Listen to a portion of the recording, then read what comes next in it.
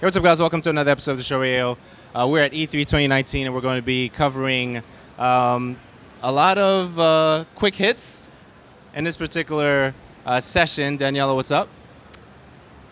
I don't know, man. Today just feels long. Like my days are blurring together. Why you That's kind of say- how they're feeling. Okay, so talk to me. We saw a couple things today, and we have thoughts. We had reactions. We got thoughts. And we're here. So what do you want to hit first? Let's just go straight to the highlight of the day, which is Cyberpunk. Okay, Cyberpunk 2077. We saw that. We had jackets to prove it. We got jackets. They're We're looking matching. fresh. It's reversible. Y'all it's not ready for decided. Cyberpunk, man. I'm telling you right now. You guys are not ready. So thoughts? I'll let you flow in. All right, so everything that they did and they showcased and they demoed, there was no hands-on. It was just all a guided gameplay demo is what they were doing. Right. And they were commentating over it. It was really good. I liked how they did two polar opposite classes, which they had that tank solo, super aggressive, really beefy, and they had the more stealthy netrunner that was, not tanky, but it was just more about stealth and just like quick kills. Right. And I like doing that. The skill tree was amazing to see that and how you can just like mix and match based on your playstyle and the way that you can kind of change.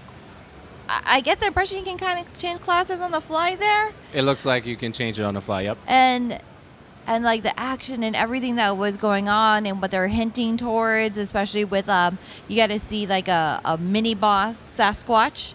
She was this really burly, steroided out With a super hammer. yeah, and like you get into this fight with her, and I like how she's like, there's that part where she says like, yeah, you could choose to let her live, and she can possibly be a rival later on and come back with a vengeance with you, or you can choose to just kill her. That poses a lot of End problems. it. It's like kind of like, well, how does that change? Like even though it's like a sub mini boss, it's not a main story boss. How that affects the world and how you play. I really like got hooked and sat on that one. I thought that was really cool. That could pose a lot of problems, because if you can go through the whole game stealth, right? Mm-hmm. And all the mini bosses that you decided to avoid, then later on that could be catastrophic if you really think about it. Well, if it's only a sub mini bosses, I don't think it's gonna really directly interfere into that main story. I mean, with little side quests and side stories, you don't have to go down that path. Right. The only way it will be it'll tremendously affect is if there's trinkets attached to those mini bosses. Yeah. That will affect the storyline later on. But okay, so that's that. So you had so aside from that, what else? I like the motorcycle riding. I thought that was neat. The motorcycle riding was cool. Yeah. Listening to the stereo, I like that. And this time, like when they showcased Cyberpunk last year, you had V. They went the female route, and this one they actually showed a male character, and they dove into somewhat what they have for the character customization and options, which they said that they're going to be building upon. Which actually, during the commentary, did leave me a little bit a negative taste in my mouth. Okay, talk to me. So What happened? she was going through, or whoever was playing it was going through the character customization, and she chooses like, oh, you can change your skin tone to match who you are, and she chose a black person. Okay. Do you remember what she said after that? No, refresh my memory. Let's change it to something that's more aesthetically pleasing. Right. And she hit the default. So it registered with me, but it didn't register with me when that took place. And I was trying to figure out how to properly, and I think that's why I kind of dismissed it. I was trying to figure out how to properly emotionalize, if that's even a word, that particular moment. See, that I don't think they're a racist company. I don't think they're a racist development team. Right, which is why I just like that instant knee-jerk reaction. Right. Of like, maybe a better choice of words. Right. I don't know what other choices of words. Right. Okay, but so like so the context, default character was a Caucasian male with black hair. right. So Right. So yeah, I did get that. So, but the thing is, it's like if that was the case, so I was trying to. So it's like reading a particular novel and how all the pieces fall together as you're reading the story. So the narrative that played out is after that was all said and done, we kind of had an interaction with the same person yep. afterwards, and it wasn't negative. No, it wasn't negative. Right. I So think which it's just which leads me to believe that, like you were saying, the choice of words could have been different because because I know if somebody's not feeling me because of the color of my skin, if we want to go there in that particular, I know immediately. Body language, somehow I kind of got good with that when it comes to those things, but I never got the vibe that was her thing. No. Which is why I kind of waited, which is why now when it comes to like, human relations and things like that, I want to wait, especially if I'm going to interact with that person for a long period of time. Because that tells the story of, oh, okay. And that wasn't part of the narrative. Wrong choice of words. Yes, it was the wrong choice of words. Yeah. And it's not like English is their main language. It's Right. like their first language. Right. It So was the just translation. that knee-jerk reaction of like, Right. So the translation was Yuri, just was say was that. different. yeah. Right. And I think that there's Because she was pleasant to talk to after the fact. She Absolutely, really was. she was didn't- dope. She didn't do anything. was like dope. That. It was just that initial Right. reaction of like, really? What do you make of really? that? Did What do you somebody make of that? did somebody not give you a proper script of like, don't say this? Right. So the thing is, if there was an issue, we were the stuff that took place afterwards. You taking the time to come over there to have a conversation about it with a whole bunch of black people. Okay, it just doesn't make sense. Yeah. It didn't make sense. So yeah. So shout outs to her for doing a fantastic job with the narration of the Cyberpunk 2077 thing. So that's full context. We hope that's clear. She's fine. Yeah. I don't think the company is racist or anything like that. She's fine. I think it was just that choice of words in that moment where Right. like you could have chosen better words. She's fine. But you're like on the fly. She's dope. Shout outs to her. Okay, so yeah, what else we got with that? You were super excited. Okay, yeah, so I was Full relation for you. woo. Okay, so I'm sitting here. So they have the Voodoo Boys in the game, which is what the people around call that group of Haitian individuals in the game. So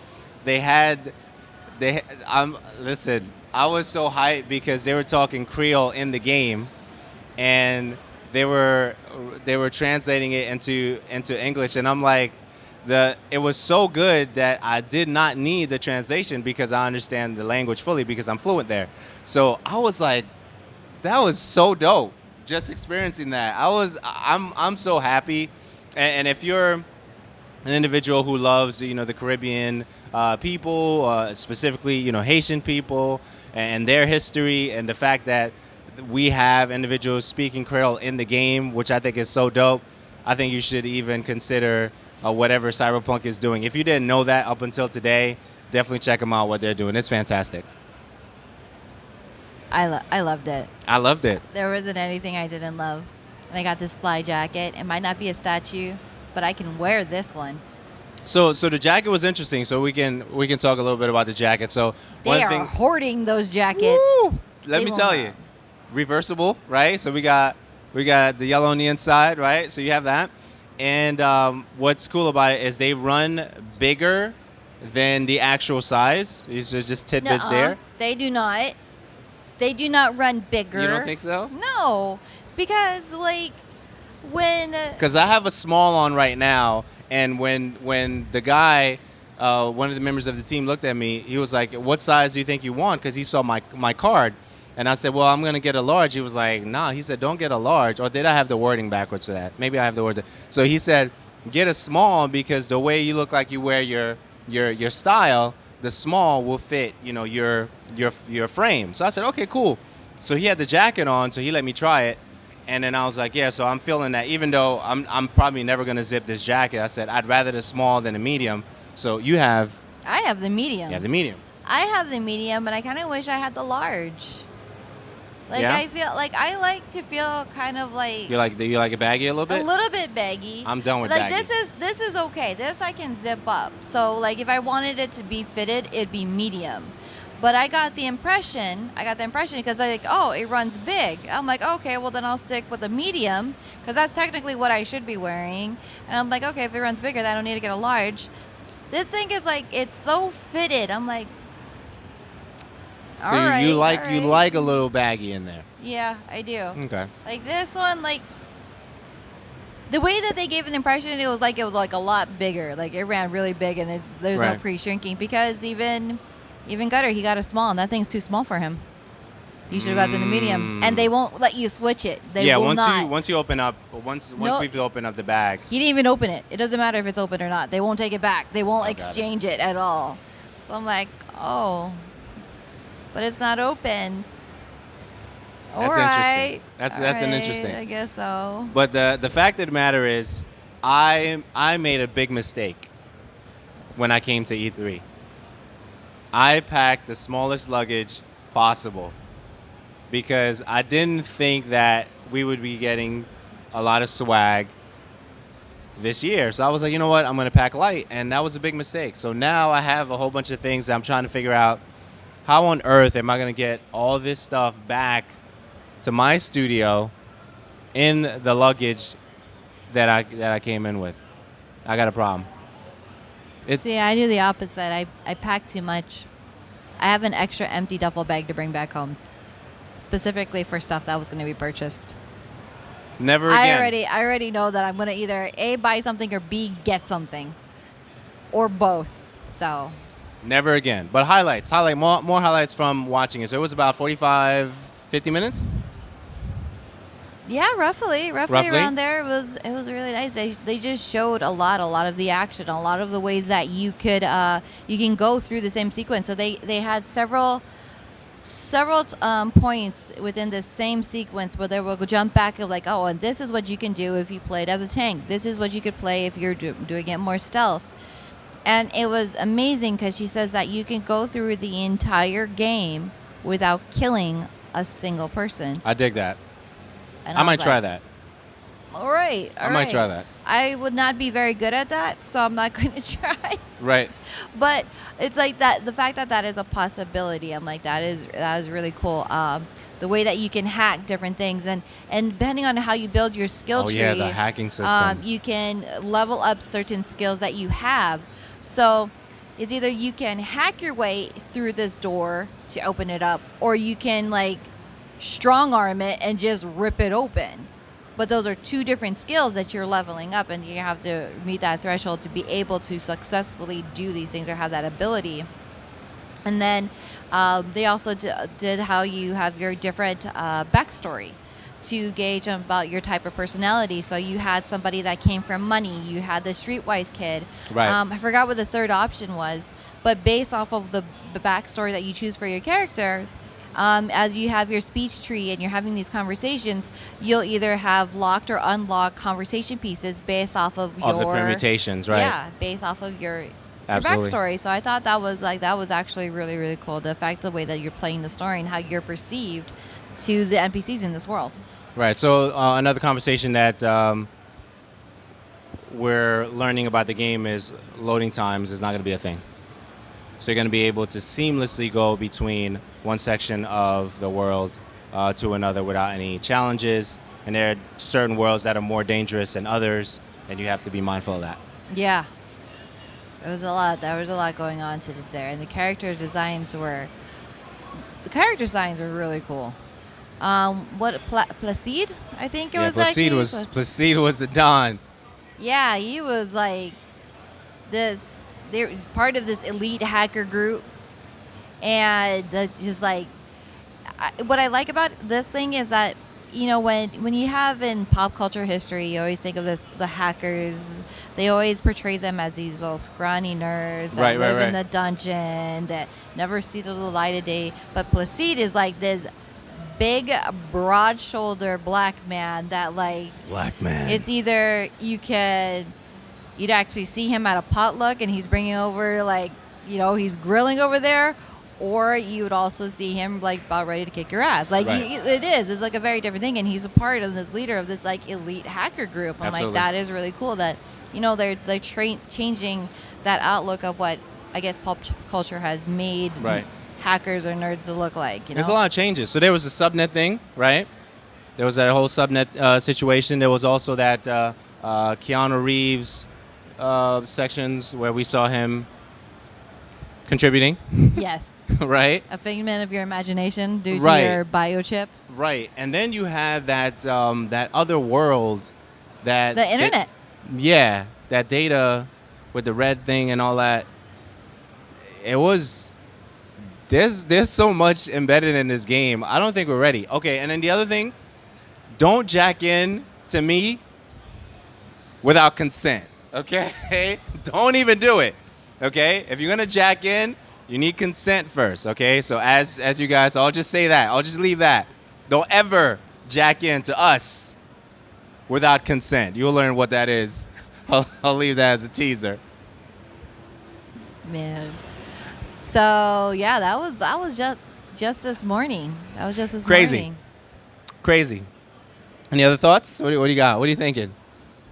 What are you thinking? It's amazing. That's a lot of thoughts already on that game. It really It's amazing. is. I look forward to it. So that's like April 16th, 2020. It's happening, guys. So there's a lot. We're so excited about all the games that are coming out. We're excited about all the experiences. This is going to be a time taker. Okay, it's going to take time because between the hacking of the systems, jacking in, you'll figure out what that means when the time comes and all that. You have a lot to look forward to as it relates to Cyberpunk 2077. Those are my final words. Danielle, please close us out. Oh man, really? I gotta close this up? Why not? Oh man, I was just like picturing everything again because even the rooms was like it had a really cool ambiance to it to get you into the mood.